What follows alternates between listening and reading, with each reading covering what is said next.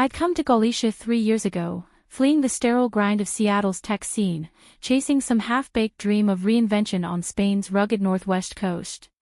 A Coruña wasn't the postcard Spain of flamenco and sangria. It was gray skies, crashing Atlantic waves, and a stubborn Celtic soul that mirrored my own restless heart. I poured everything into La Maria, my little coffee shop tucked into a narrow alley off the Plaza de Maria Pita. Exposed brick walls, mismatched wooden tables scarred from years of fishermen's elbows, and the rich aroma of freshly ground Ethiopian beans, it was my anchor, the one place where the world made sense. Morning started with the hiss of the espresso machine and the chatter of locals nursing cortados, evenings with tourists scribbling postcards under the dim glow of Edison bulbs. But it was the quiet hours, when the fog rolled in from the harbor, that I lived for. That's when the real stories walked in. Luna first appeared on a Tuesday in late spring, the kind of day when the sun fights through the clouds like it's got something to prove. She was soaked to the bone, her blonde hair plastered to her forehead in wild, salt-stiffened waves, and her boots left muddy prints on my tiled floor. Mid-20s, I'd guessed, with eyes like the sea after a storm, deep blue, turbulent, holding storms no one else could see. She wore a threadbare denim jacket over a sundress that had seen better days, the hem frayed like her edges. She didn't beg, she just stood there, scanning the pastry case with a hunger that wasn't just for food. Lo siento, she murmured when I caught her gaze, already turning to leave. Her Spanish was laced with an accent I couldn't place, maybe Andalusian, softened by something foreign. Wait. I slid a plate across the counter, a bocadillo de calamares, still warm from the fryer, and a steaming café con leche. On the house. You look like you could use it. She hesitated, those blue eyes flicking to mine, searching for the catch. There wasn't one. In Seattle, I'd volunteered at shelters, seen too many faces hollowed by the system's indifference.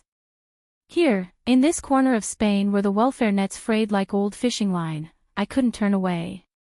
I'm Liliana, I said, wiping my hands on my apron. This place. It's for everyone. Luna, she replied, sliding onto a stool with the caution of someone who'd been burned before. She ate slowly at first, savoring each bite like it might be her last, then faster, as if remembering she was allowed to want more. We didn't talk much that day, just the rain pattering against the window and the low hum of Galician folk radio in the background. But when she left, she pressed a small, smooth pebble into my palm, etched with a faint spiral. From the beach, she said. For luck. That pebble sat on my counter for weeks, a talisman against the loneliness that had followed me across the Atlantic.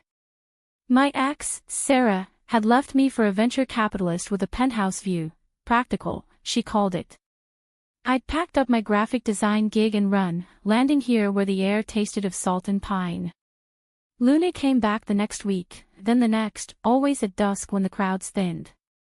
I'd set aside whatever was left, empanadas, tortilla española, slices of tarta de Santiago dusted with powdered sugar.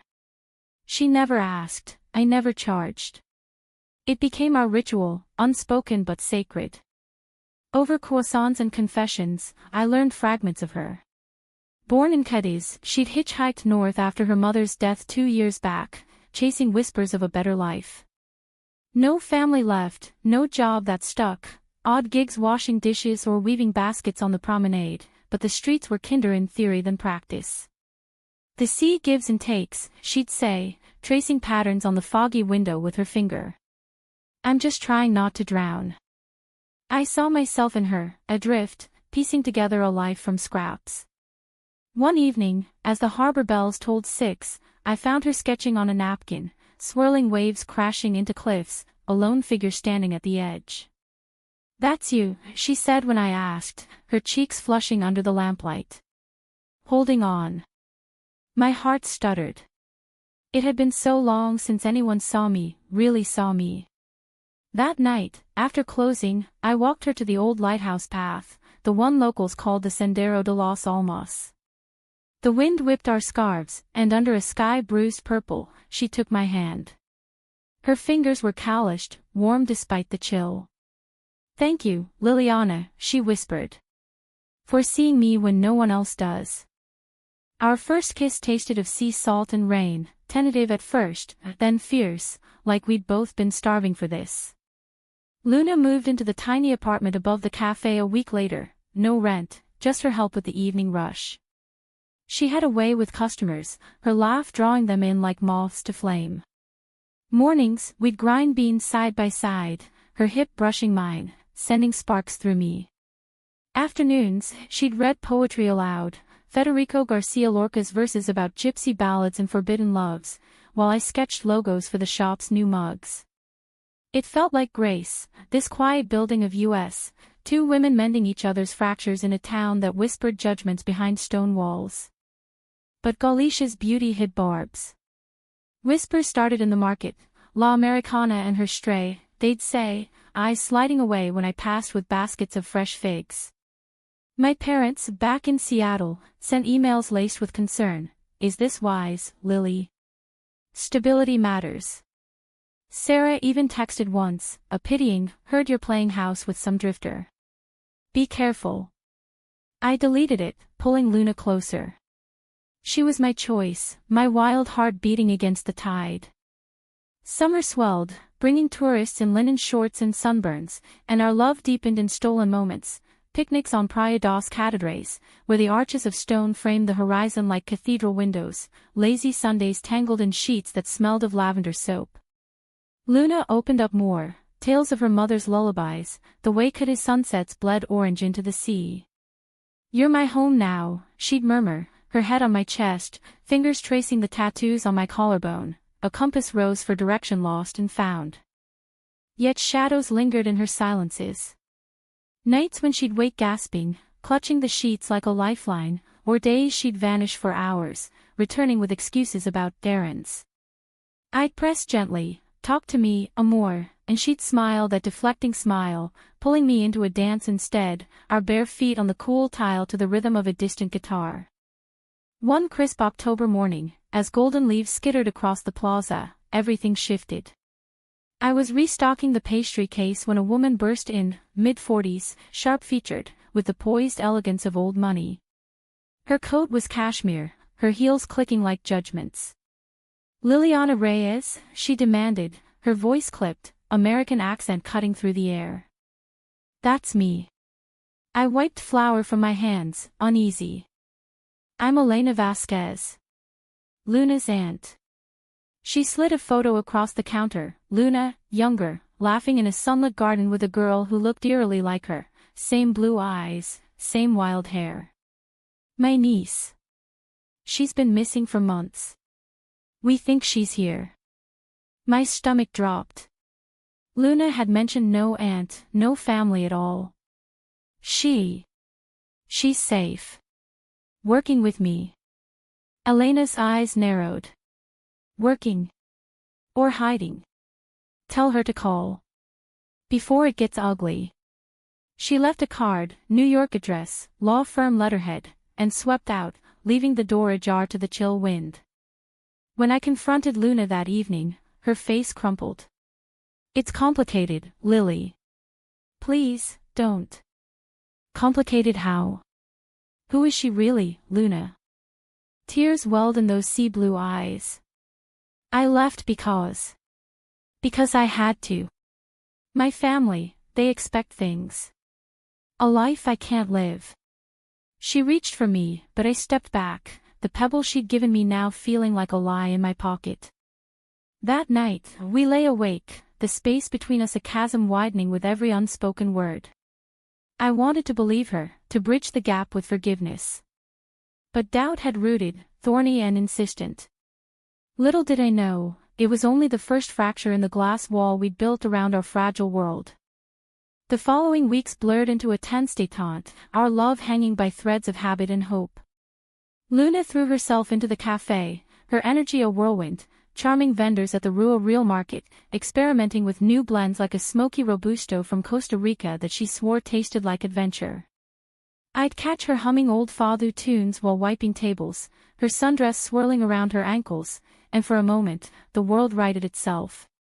We'd steal kisses in the storeroom, her laughter muffled against my neck, whispering promises of forever amid sacks of coffee beans. But Elena's card burned a hole in my drawer, a talisman of intrusion. I ignored the first call from the States, then the second, but on the third, a crisp November afternoon with frost glazing the harbor, curiosity won. Liliana, Elena's voice purred through the line, all polished edges. Have you spoken to her? She's fine, I said, measuring grounds with more force than necessary. What do you want? A pause, heavy as the fog outside. Luna's not who you think. She's Isabella Luna Vasquez, heir to half of Vasquez Imports. Ran away after an incident. We want her home, where she belongs. Heir.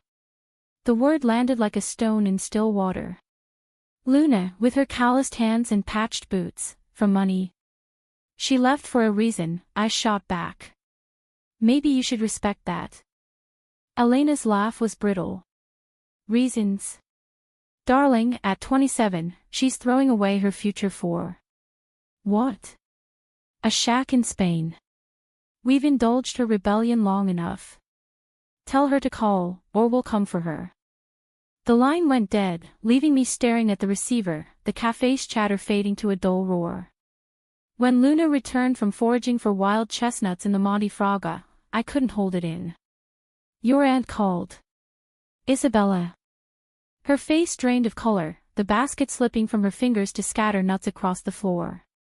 Lily, no. You're rich. Hiding from what, exactly? My voice rose, drawing stares from the lunch crowd. An old fisherman at the corner table paused mid-bite, his eyebrows knitting. Not rich. Trapped. She knelt to gather the nuts, her hands shaking. My family. They own shipping lines, vineyards in Rioja. But they own me too. Pushed me into engagements, expectations. After Mama died, I snapped. Stole a necklace to fund my escape, nothing big, just enough to disappear. I changed my name, cut ties. Thought I'd be free here. Free. The word twisted in me. I'd built La Maria on the bones of my own escape, but this? It felt like a betrayal, her life a carefully curated fiction. You lied to me. About everything. I lied to survive. She stood, eyes pleading. But with you, it's real. You're the first person who's loved me for me, not the name. I wanted to scream, to shatter the espresso cups lining the shelf. Instead, I walked out, the bell above the door jangling like a warning. The promenade was alive with gulls wheeling over the choppy bay, their cries mocking my confusion. How much of us was built on sand? The pebble in my pocket felt heavier, a relic of trust eroded. That night, we fought, not with shouts, but the quiet venom of words unsheathed. You think I'm some charity case? Luna hurled, pacing the apartment's cramped kitchen. I stayed because I love you, not your pity.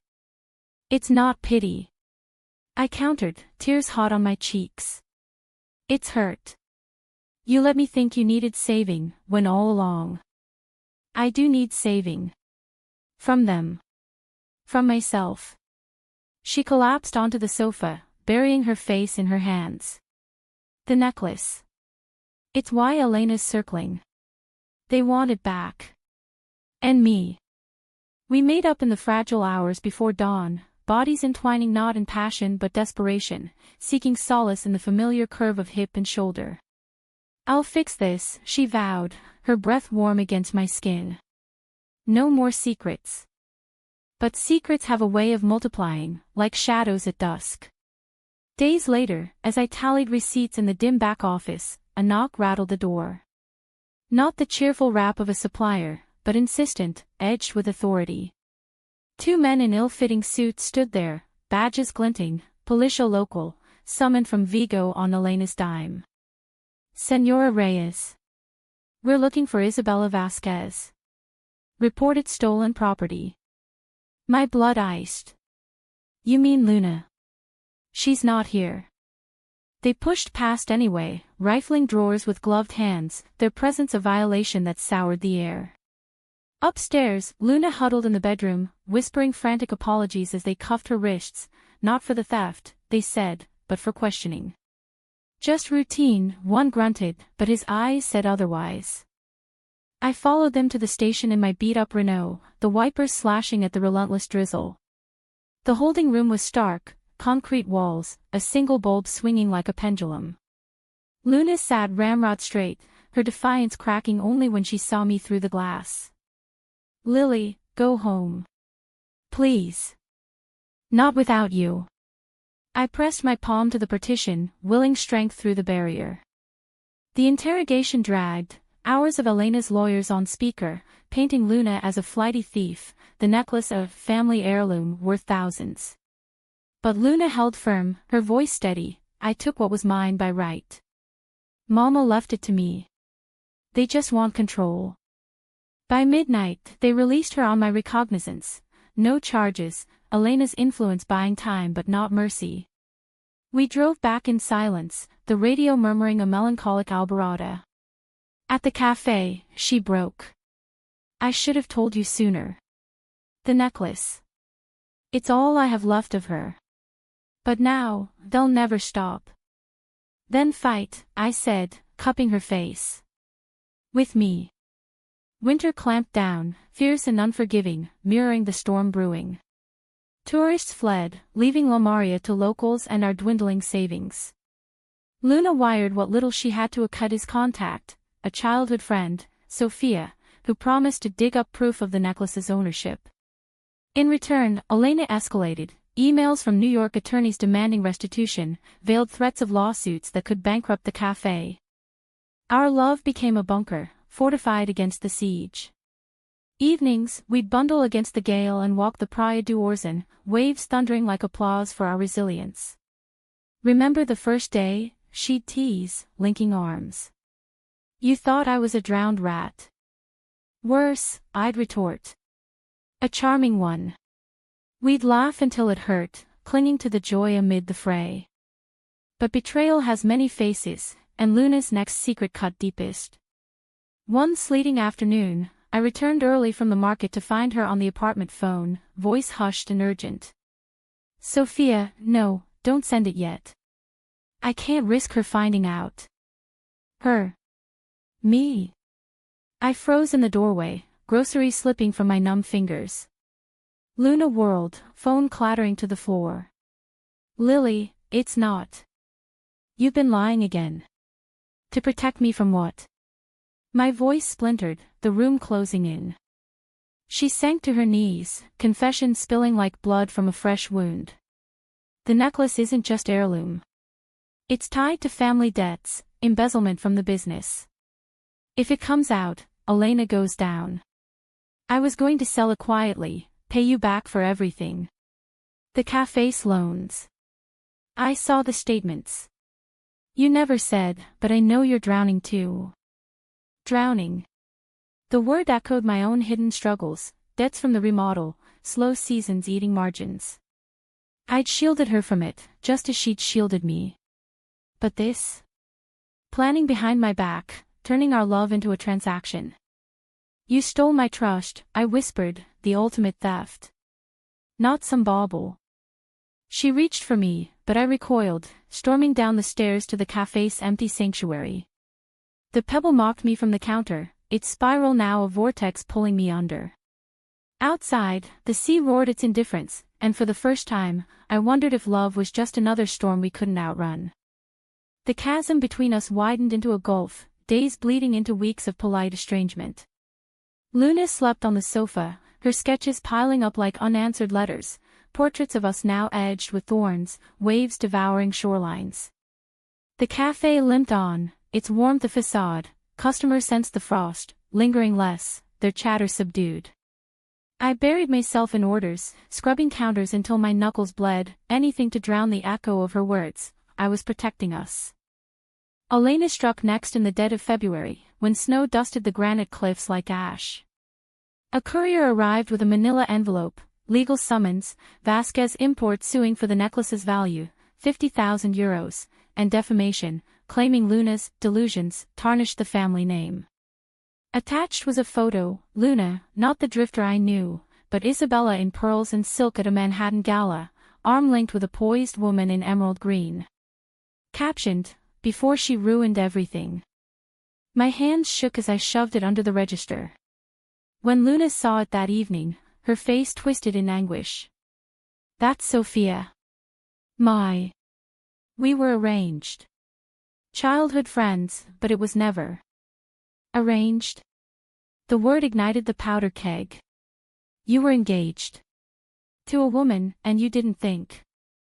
It was a sham. Family politics, merging fortunes. I ended it the night I left." She paced, wild as the nor'easter rattling the windows. "Sophia's on our side now. She sent the documents, proof Mama willed me the necklace free and clear. Our side. As if we still had one. You keep pulling me deeper, Luna. What if this destroys everything? The cafe, us. Then let me go," she said softly, the words a knife twist. "I'll sign whatever, disappear for good." No. The thought clawed at me.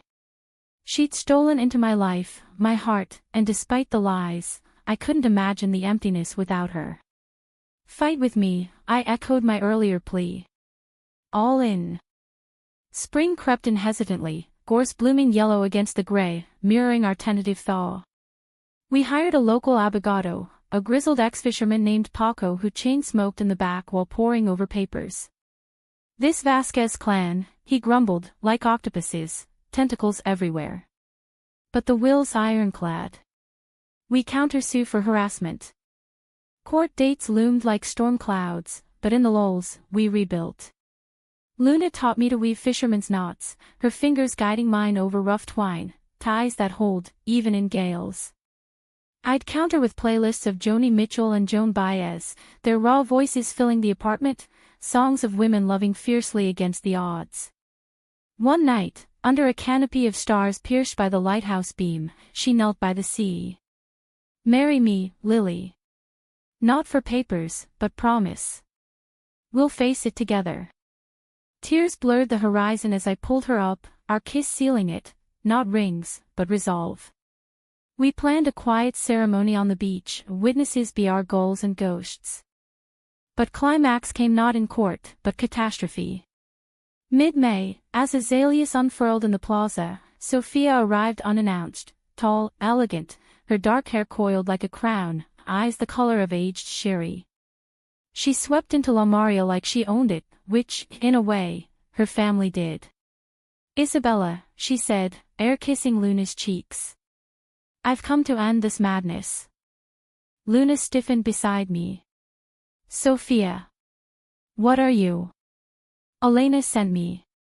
With an offer." She slid a check across the counter, 100,000 euros, enough to clear my debts and more. "Sign the necklace over, drop the suit. Come home. We can. Resume, if you want. For appearances." The air thickened, betrayal sent sharp as ozone. Luna's eyes flicked to mine, pleading. "I can't." Sophia's gaze hardened, landing on me. "Ah, the shop girl. Charming. But Isabella, think, stability, legacy. This?" She gestured at the cafe, the salt-streaked windows. "It's a phase." I stepped forward, voice steel. "It's her life. Ours. Get out." She laughed, low and pitying. "Love? You're her rebellion, nothing more. When the money dries, she'll crawl back. To Luna, sign, or Elena exposes everything, the embezzlement, your thefts. Prison for her, ruin for you." Luna's hand found mine under the counter, squeezing until it hurt. "No. I choose Lily." Sophia's mask cracked, vulnerability flashing.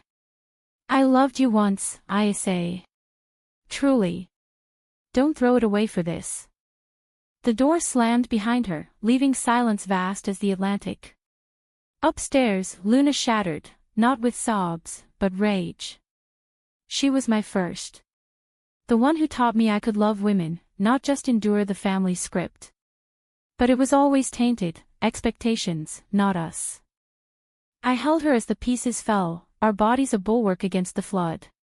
You chose me, I whispered. That's enough. The trial unfolded in a stuffy Santiago courtroom, all wood paneling and echoing footsteps. Paco thundered arguments, waving the will like a flag of defiance. Elena's lawyers sneered, painting Luna as prodigal, me as enabler. Whispers rippled through the gallery, townsfolk who'd sipped my coffee, now judging from the shadows. On the stand, Luna faced her aunt across the room, Elena's face a mask of icy resolve. You stole more than jewels, Isabella. You stole our name. No, Luna replied, voice clear as tide pools. I reclaimed my soul.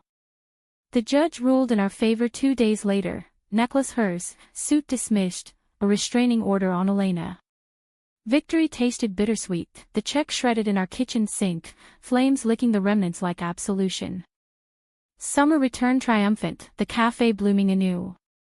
Tourists thronged, drawn by tales of the lesbian lovers who beat the dragons, as Paco dubbed it. Luna and I exchanged vows on Solstice Eve, barefoot in the surf, Sophia's letter of blessing arriving like an olive branch from afar. You were right. Live free. Yet freedom's price lingered. Luna woke some nights, ghosts of what-ifs haunting her dreams. I'd trace her spine, murmuring, we're here. Now. In time, she started a mural on the cafe wall, women entwined in waves, fierce and tender, a testament to loves that endure. One dawn, as mist lifted from the bay, Luna pressed a new pebble into my palm, smooth, etched with 2 intertwined spirals. Our luck, she said. I smiled, pulling her close. She'd stolen my love, yes, but in return, she'd given me a life worth fighting for. In the salt-kissed air of Galicia, where the sea whispers of second chances, we stood unbroken, 2 women weaving our story from the threads of betrayal and grace. Not perfect, but profoundly ours, a humanistic hymn to the heart's defying rhythm. And in that, we found our forever.